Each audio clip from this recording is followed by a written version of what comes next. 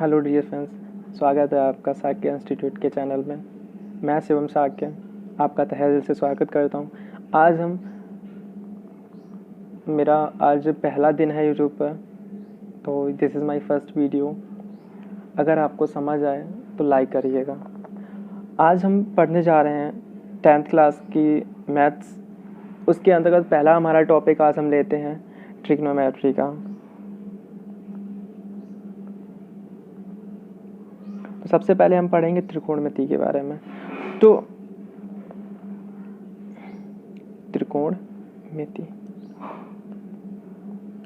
त्रिकोणमिति हमारे दो चीज़ों से मिलके बनी है, यानी एक तो त्रिकोण प्लस मिति। त्रिकोण का मतलब होता है तीन कोण, मिति का मतलब होता है क्षेत्र। तीन कोणों में हमारा, अब त्रिकोणमिति के लिए देखें तो समकोण त्रिभुज जरूरी है ना, क्योंकि त्रिकोणमिति हमारी समकोण त्रिभुज पर आधारित। मिति का मतलब क्षेत्र, यानी कि त्रिकोणमिति के अंतर्गत हम हमारे समकोण त्रिभुज के बारे में, समकोण त्रिभुज के क्षेत्र के बारे में अध्ययन करते हैं, जिसमें हमारे तीन कोण हो गए, तीन भुजाएं हो गई, है ना। चलिए, तो हम जानते हैं सबसे पहले तो अब हम पढ़ेंगे सबसे पहले तो समकोण त्रिभुज के बारे में जान लेते हैं। तो समकोण त्रिभुज में क्या है, तो सबसे पहले आज हम त्रिकोणमिति का बेसिक पढ़ने जा रहे हैं। तो अगर ये हमारा एक समकोण त्रिभुज है ABC, जिसका एक कोण 90 अंश होगा। समकोण त्रिभुज का एक कोण कितना होता है? 90 अंश का होता है। तो 90 अंश की जो सामने की जो भुजा होगी वो हमारी कहलाती है कर्ण। जिस पर 90 अंश का कोण बना होता है वो होती है हमारी आधार, और बचा लंब। ठीक है, चलिए, तो अब हम जानेंगे कि जो त्रिकोणमिति है, त्रिकोणमिति में कितने अनुपात होते हैं। तो हमारी त्रिकोणमिति में कुल 6 त्रिकोणमिति अनुपात होते हैं। कुल 6 त्रिकोणमिति अनुपात होते हैं। कौन कौन से? सबसे पहले नंबर पे हमारा आता है sine, just after cos, tan, cot,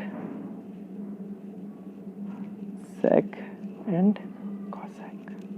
तो ये हमारे कुल 6 त्रिकोणमितीय अनुपात हैं।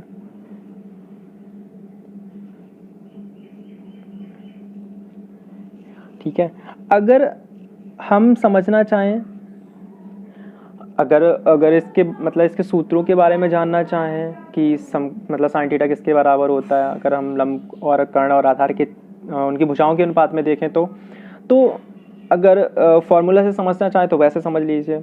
तो जैसे पहले तो लिख लेते हैं, साइन थीटा होता है हमारा लंब बटे कर्ण, कॉस थीटा होता है हमारा आधार बटे कर्ण, टेन थीटा होता है लंब बटे आधार, और कॉट थीटा होता है आधार बटे लंब, सेक होता है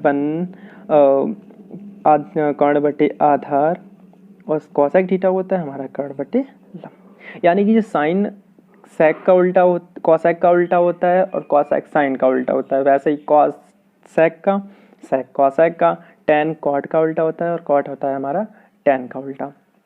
अगर हम फॉर्मूले के माध्यम से देखें तो हमारा एक फॉर्मूला, मतलब ट्रिक है लाल बटी कक्का की, तो उसके माध्यम से समझना चाहे तो समझ सकते हैं। तो यहाँ से स्टार्ट करते हैं। तो हमारा साइन, कॉस, टेन, कॉट, सेक और कॉसेक, तो ये हमारे। अगर यहाँ से देखें तो साइन थीटा जो होता है हमारा लंब बटे कर्ण, हम ऊपर, अगर हमने साइन ऊपर है तो मेरा ऊपर से ही देखूंगा, तो साइन यानी लंब बटे कर्ण हो गया।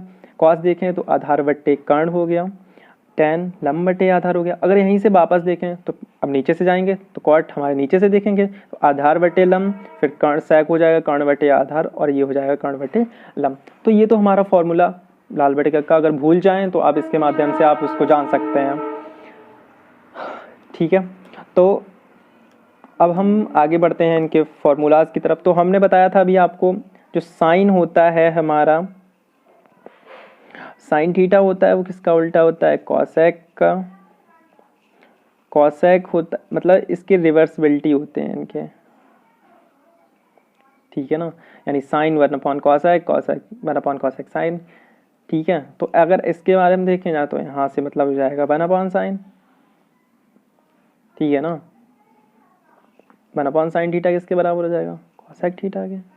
उसी प्रकार से हम देखें cos का, तो cos थीटा जो होगा वो अपन sec के थीटा के बराबर, उल्टा मतलब रिवर्सिबल होगा, और sec होगा वो अपन cos थीटा के, ठीक है ना। उसी प्रकार tan थीटा होगा हमारा 1/cot का उल्टा,